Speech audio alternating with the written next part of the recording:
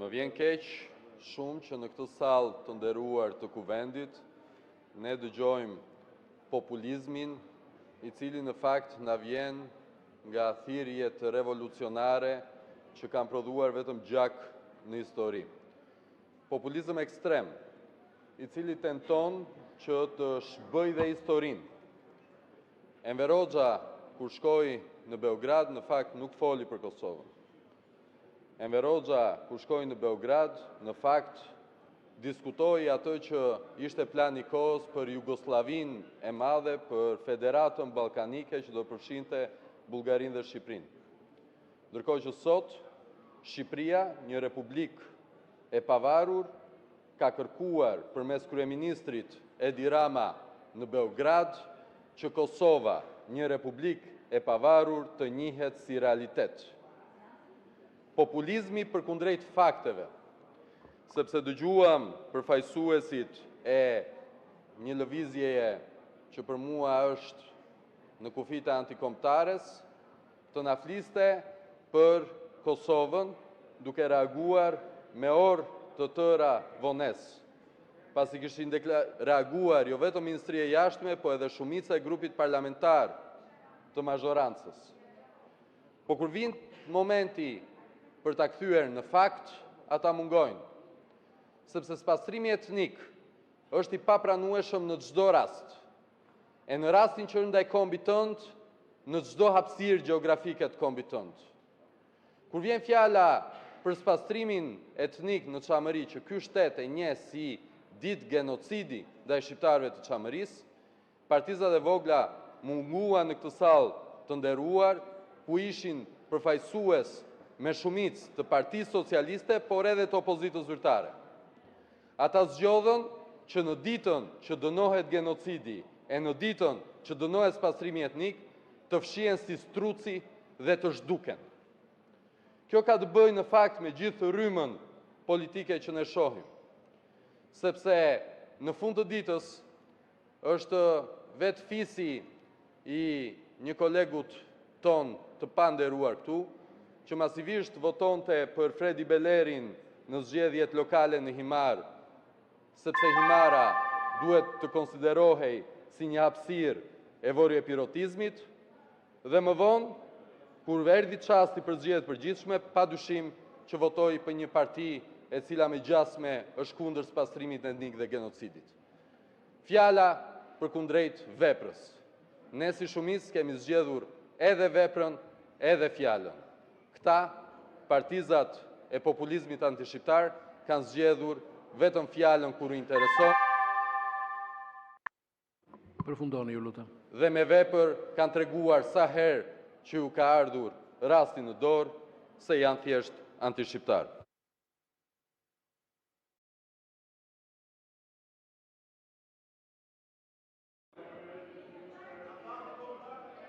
Zoti Kapri, replik.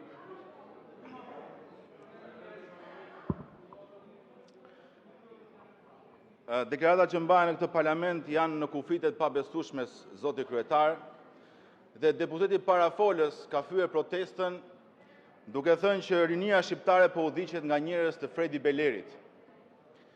Dhe unë nuk e pash zotrin të reagoj kur Fredi Belleri doli në foto plot krenar me deputetët e Partisë Socialiste në Strasburg, i nxjerr me krenari madje edhe nga kryeministri dhe madje socialistët votonin dhe amendamente të propozuara nga Belleri. Pra e shikoni se çfarë situate absurdi jemi, edhe na quajnë ne këta antikombëtar. Votojnë me Fredi Bellerin në Strasburg edhe akuzojnë të rinj shqiptarë se u paguan apo sillen vërdall nga Fredi Belleri.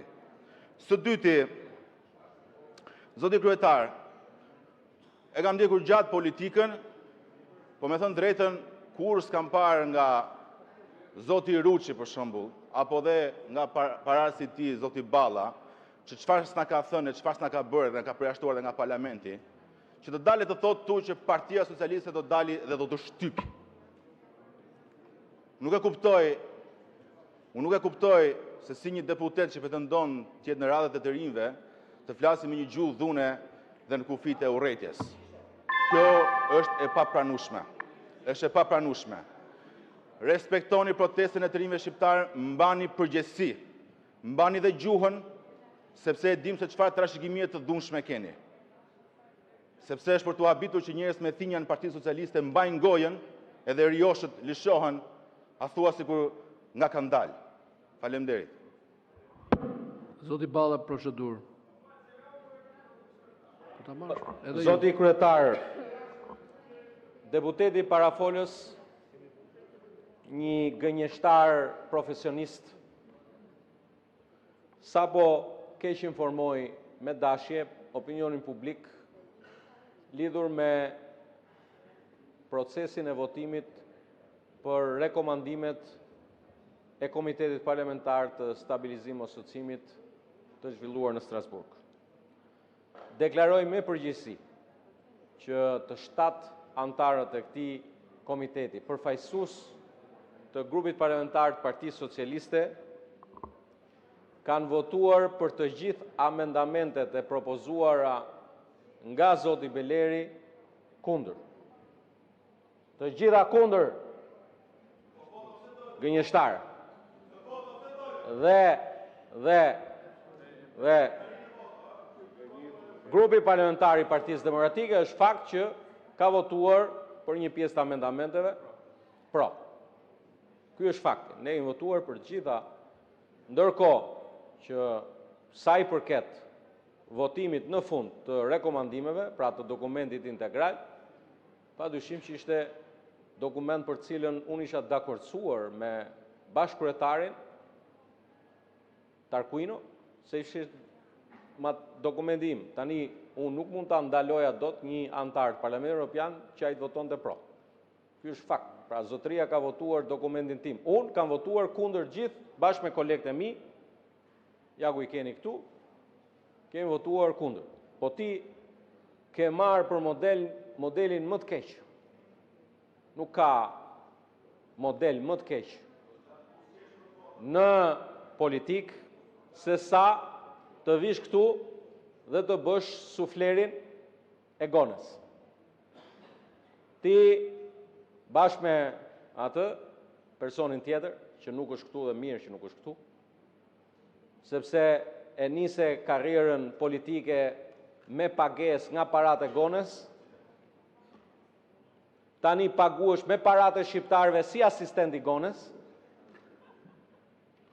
Ky është dallimi, pra deri në 9 shtator të vitit kaluar të pagunte gonja nga paratë e call centerit si asistent, sot paguhesh si asistent i gonës me dietat dhe paratë e kuvendit. Por edhe ti, ndërsa po zbardhet gjithë skema e pastrimit parave të Agron Shehaj, një njeri që rast unik në botë, brenda 4 vitesh, 5 fishon vlerën e një aseti nga 2.9 milion euro në 15 milion euro. Do vi gonja të endën tjetër këtu. Përfundoni ju lutem. Ja kam bërë gati të gjithë dosjen gonës, pa tjetër. Ta kam bërë gati sepse nga parate e vilës gonës je paguar ti deri në 9 shtator 2025. Faleminderit. Zoti Muçi, replik. Faleminderit. Atëre, përderisa po flasim këtu për fakte dhe jo për folklorizma. Atëre është fakt që në tetor të vitit të shkuar, të gjithë ju që jeni të ulur nga Joan, ngritët kartonin e kuq, kur u propozua në këtë sallë rezoluta për njohjen e gjenocidit serb në Kosovë. Ju që ja doni kaq shumë të mirë në Kosovës, përse votuat kundër njohjes së gjenocidit serb në Kosovë? Na thoni. Ky është fakt. Fakt është tundja e kartonit kuq. Jepni përgjigje për këtë. Merrni replikat. Ju marr me radhë, një nga një nëse doni. E dyta, fakti tjetër është që për një deklarat shoviniste për spastrim etnik, ju mjaftoheni me përgjigjen e mefsht dhe të zbet, si që ka hije, ati ministri ton të jashtëm, dhe nuk mbani qëndrim. Kosova e ka shpallur persona non grata, ministren. Ministri i Kosovës, Ministri i Jashtëm i Kosovës bën thirrje për qeverinë shqiptare që gjithashtu të mbajë qendrim të fortë, ta shpall persona non grata. Dhe ju merreni me çka ka ndodhur në një takim mes miq të Ramës me Vučićin, ku i shkëmbyen favoret politike njëri tjetrit, duke thënë gjysmëllafi njëri për Kosovën, gjysmëllafi tjetri kundër Kosovës. Dhe këtë na e quani patriotizëm të madh. Mbani qëndrim zyrtar me fakte, me vepra, jo me fjalët e mefshta të atij që keni vënë ministër. Sa për shokun Bido na ke munguar seancën e radhës, shumë gabim që e le vetëm taulantin dhe s'kishte kusht ta mbronte. Megjithatë, zoti kryetar, unë kam vendosur mos merre më me salcat e sufllaqeve të shokut Bido se janë bërë bajate dhe rrezikojnë të helmojnë sufllaqexhin e tij 70 vjeçar, njësoj siç me tenderat tuaja keni helmuar jo një, po 2 herë. Përfundoni ju lutem. Mbaroj që me tenderat tuaja keni helmuar jo një, po 2 herë studentët e Akademisë së Sigurisë. Dhe zoti Braçe, po ke gjë për të thënë, thuaj në mikrofon. Faleminderit. Tani vijojmë rendin e ditës. Interpelancë me Ministrin e Financave, zotin Petrit Malaj, kërkuar nga deputetja Jorita Tabaku. Interpelanca